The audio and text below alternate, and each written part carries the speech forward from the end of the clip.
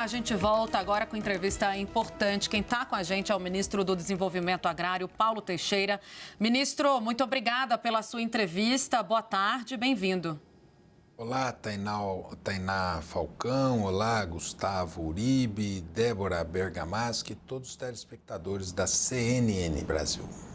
Devagarzinho, o time todo vai chegar em tela. Ministro, vou começar com uma polêmica.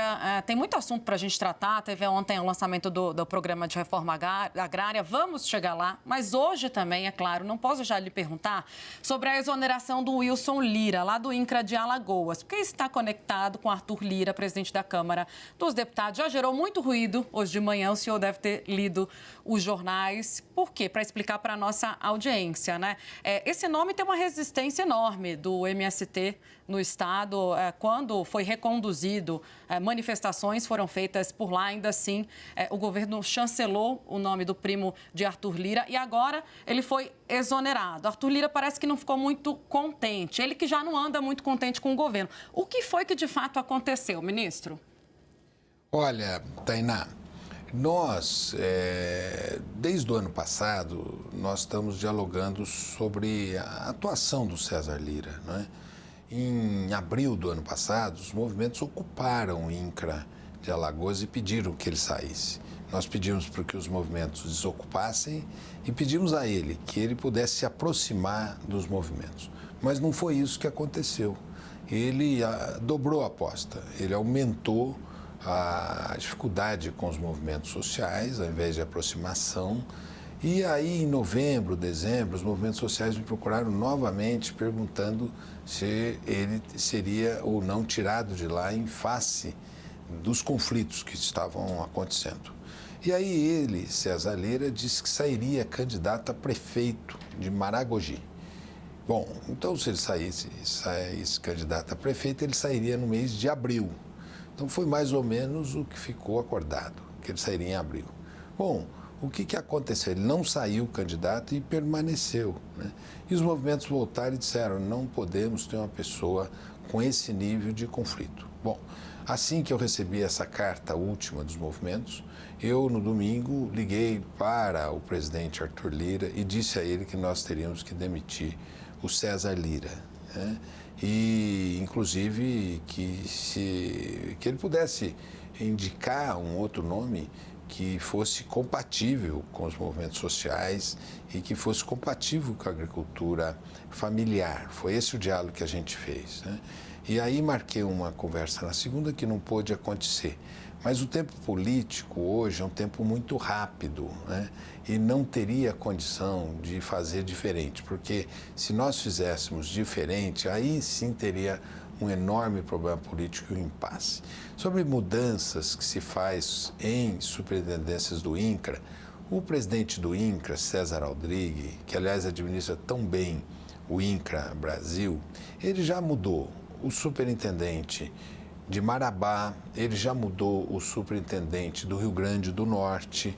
Então, você tem as pessoas que trabalham, mas na medida em que essas pessoas não se referem à presidência nacional, não ouvem as orientações da presidência nacional, criam problemas, né, elas precisam ser substituídas. E foi isso que aconteceu, a substituição administrativa. Nós não temos nenhuma crise com o presidente Arthur Lira, de forma nenhuma, pelo contrário, nós temos grande respeito por ele e consideração, mas era urgente a mudança desse superintendente do INCRA.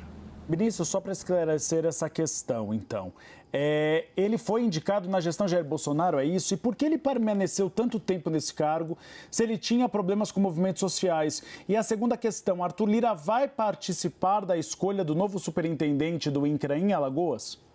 Em primeiro lugar, ele permaneceu por conta da indicação anterior, que era uma indicação nem era do Arthur Lira, era de um outro deputado que depois brigou com o governo e que ficou, e essa proximidade com o Arthur Lira, ele foi o único que não foi trocado, o único superintendente que não foi trocado. E também a gente, numa relação transparente, disse ao presidente Arthur Lira: presidente Arthur Lira, o senhor, se quiser indicar nomes para nossa análise de gente compatível com os movimentos sociais, que possa ter diálogos e com a agricultura familiar, por favor, o faça. Então, o Arthur Lira vai indicar o próximo superintendente, desde que esteja de acordo com o governo e esteja em linha também com os movimentos sociais, pelo que o senhor está me contando. E a gente tem informação sobre isso desde o primeiro momento. Havia uma resistência muito forte ao César Lira. O próximo nome, então, tem que ser alguém de maior convergência, ministro? Exatamente. O INCRA é o lugar do desenvolvimento de assentamentos, da criação de novos e do desenvolvimento de políticas para os assentamentos. E entre os interlocutores, que são tantos, mas você tem os movimentos populares, né? Você falou do MST. O MST era um dos interlocutores. Você tinha ali a CPT, você tinha MLST, vários movimentos. Quem assina a carta são 6 movimentos, né? Então, alguém que entra no INCRA tem que entrar com esse espírito do diálogo, não do conflito, né? Nós já temos tantos problemas e mais esse conflito não podemos ter. O senhor fala de diálogo para evitar conflitos. Abril Vermelho, já houve uma série de invasões pelo país. O senhor lançou um programa ontem de reforma agrária, até que tem uma promessa de tentar acalmar esse movimento, mas o MST segue fazendo invasões. O senhor tem conversado com o movimento? Tem alguma expectativa delas diminuírem, ministro? Gustavo, se você me permitir, eu vou falar primeiro do programa, pode ser? Claro. Então, ontem o presidente Lula lançou, e eu fui o interlocutor do lançamento, o programa Terra da Gente, que é uma estratégia de arrecadação de terras para assentar famílias para a reforma agrária, com algumas variáveis que aceleram o assentamento, com o ganho de você poder assentar não só em terras improdutivas, que é como sempre se fez, mas também em terras produtivas, né? Em primeiro lugar, o governo viabilizou 530 milhões de reais para a compra de terras novas, né? Então, agora, a partir de hoje, o INCRA vai comprar todas aquelas terras onde tinham conflitos agudos. Por isso, a gente quer paz no campo. Onde tem conflito agudo, nós estamos comprando, queremos paz no campo para assentar essas famílias. Paz você obtém não com armas, mas você obtém com políticas públicas. E o que foi feito é isso, a viabilização, o centro de governo, a Casa Civil nos ajudou muito. Em segundo lugar, tem terras públicas, né?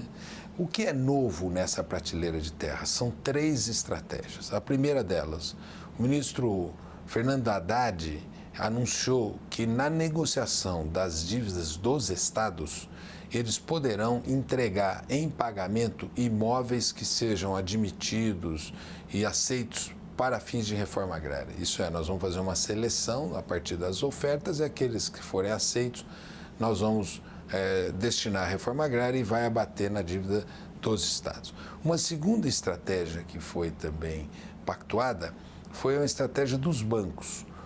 Aquelas terras que estejam já no patrimônio dos bancos públicos, elas possam passar para o governo, fazer um encontro de contas e destiná-las à reforma agrária e ao assentamento de famílias.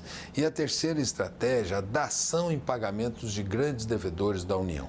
Eu, Gustavo, já fui procurado, Tainá, por um proprietário que disse que querer fazer uma dação em pagamento de uma terra muito bem localizada.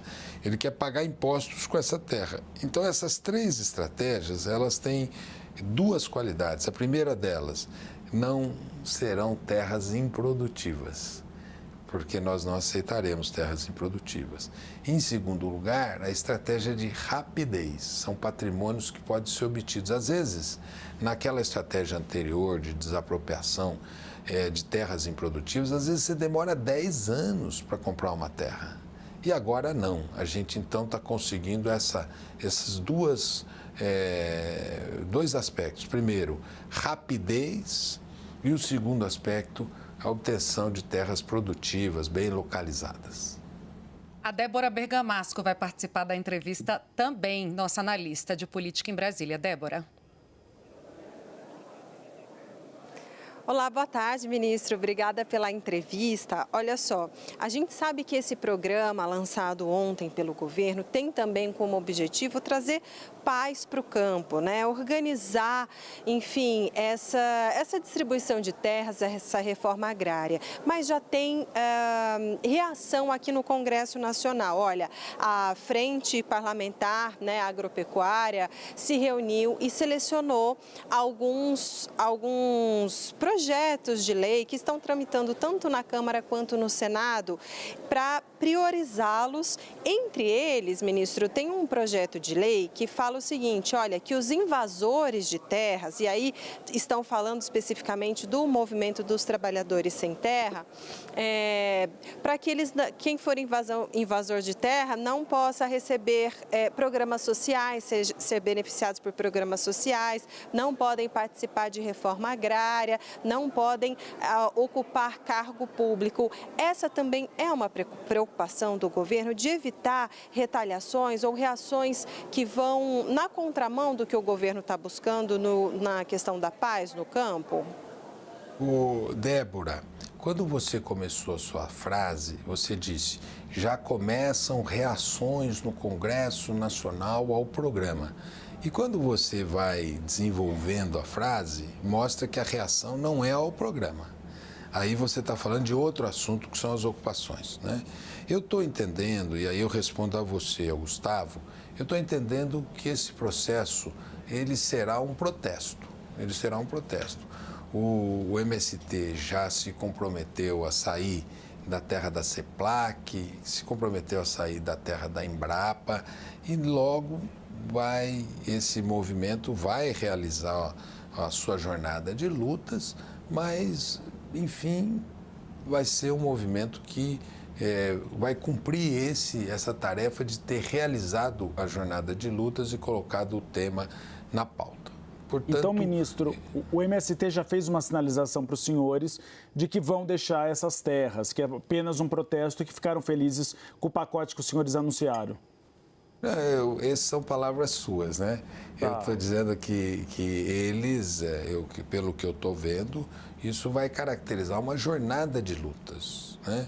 E essa jornada de lutas vai ter o seu final e, ao mesmo tempo, nós vamos poder trabalhar de acordo com essa oferta que foi feita a todos os movimentos no Brasil, todos os segmentos do movimento social no Brasil estão chamados para debater esse programa Terra da Gente. Certo. Ministro... Ministro, deixa só para fazer... Posso? Pode ir, Débora? Pode perguntar, Débora. Desculpa, não, só um adendo. Não, sabe o que é? É que eu conversei até com parlamentares e eles falaram que a reação especificamente ao programa, por quê? Porque eles estão lendo, e aí é uma leitura deles, eu queria que o senhor dissesse a diferença, tá? Eles estão lendo como se agora este governo fosse superempoderar o movimento do Sem Terra, os tornando os maiores latifundiários do mundo. Essa é a expressão usada e por isso que eu falei, queria só confirmar essa questão mesmo que eu falei sobre eles estarem fazendo uma reação ao programa. E aí eu acho que é uma oportunidade de o senhor diferenciar, né, o que é o programa, para quem é voltado, se é um programa para o MST. Conta pra gente, explica pra gente direitinho isso, então. Débora, nós estamos fazendo um levantamento, mas há uma estimativa, né, de 60 mil, no mínimo, acampados no Brasil. É para eles esse programa. Nós não podemos criar filhos, gerações debaixo de lona no Brasil, de agricultores debaixo de lona. E eu não creio que uma área de 10, 20, 30 hectares é um latifúndio, não é. Na verdade, é uma pequena propriedade, porque ninguém vai receber um latifúndio, tá certo?